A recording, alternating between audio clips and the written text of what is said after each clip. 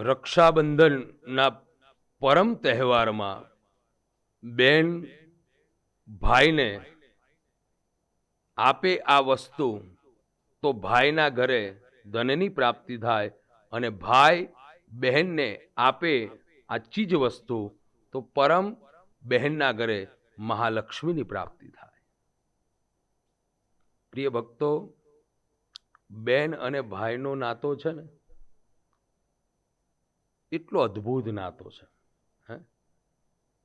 કદાચ બહેનને ઠેસ વાગે ને તો ખમ્મા અમારા વીરને વાગે છે, પગમાં એને ઠેસ, પણ ખમ્મા અમારા વીરને. કારણ કે બેન જ્યારે જિંદગીમાં બેન હોય ને, એને અક્ષય વેદનાઓ ખબર હોય કે બેનને શું જરૂર છે. ગમે તેટલી ઉંમર થઈ જાય ભાઈની, પણ બેન જ્યારે પોતાના સાસરીમાંથી પોતાના પિતાને ત્યાં, ભાઈને ત્યાં રાખડી બાંધવા માટે દોડતી આવે. ઉંમર થઈ ગઈ છતાંય પણ. કારણ શું? કે મારા વીર. કરોડોની સંપત્તિમાં કદાચ તમે તમારા બહેનને વિદાય કરી દીધી હોય, પણ બે ટાણુંને ભૂલશો નહીં. એક રક્ષાબંધન, એક ભાઈ બીજ. જે ઘરમાં બેન રોતી રોતી ગઈ ને, એ ઘરમાંથી લક્ષ્મી ચાલી જશે, એમાં જરા પણ સંદેહ નથી. કળિયુગમાં આ વાત ચોક્કસ યાદ રાખજો.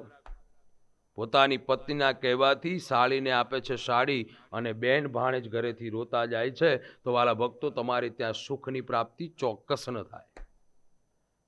પરાણે પૂન કરવા માટેનો તુલસીનો ક્યારો એટલે બહેન છે, ભગીની છે, પોતાની બહેન બતાવી છે. અને બહેન કરી શકે એવું કોઈ નથી કરી શકતું વાલા. કારણ કે શાસ્ત્ર એમ છે, કહે છે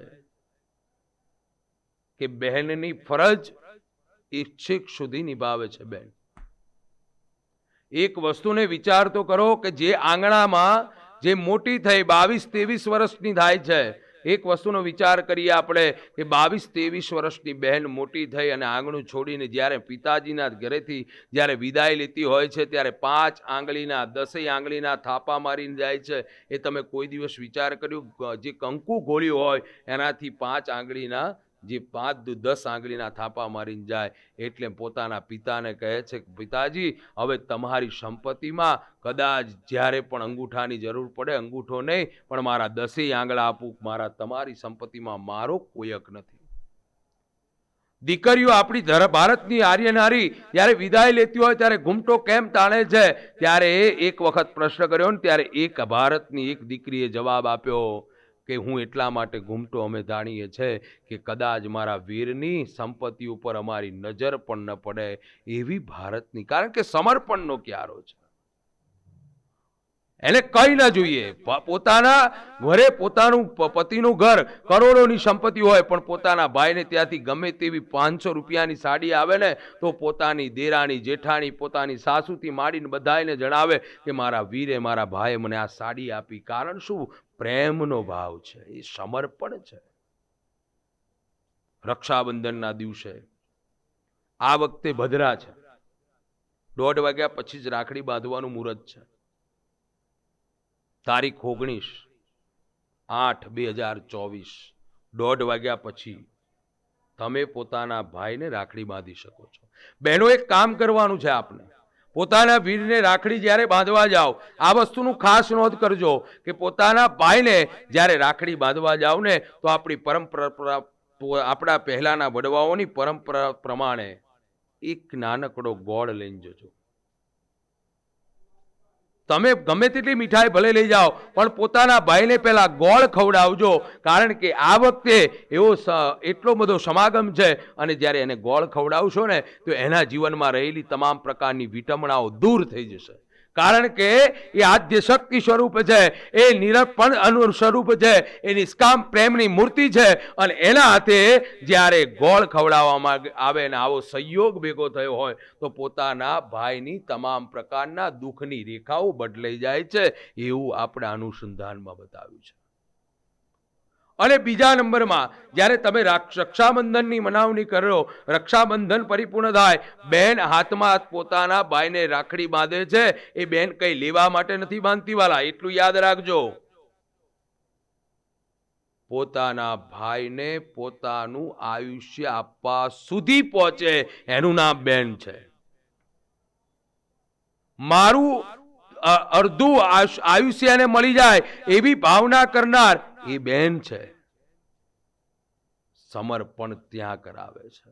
અને એ જ્યારે રક્ષા બાંધે ને ત્યારે રક્ષાબંધનના દિવસે એ ભગવાનને પ્રાર્થના કરે કે મારા વીરને સંપત્તિ મળે, મારા વીરને તમામ પ્રકારના સુખ પ્રાપ્તિ થાય. અને ઓરણા તો બે જ જણ લઈ શકે, દુખણા બે જ જણ લઈ શકે, એક પોતાની માં અને એક પોતાની બહેન. એટલે બહેનને આ પ્રમાણે આપજો.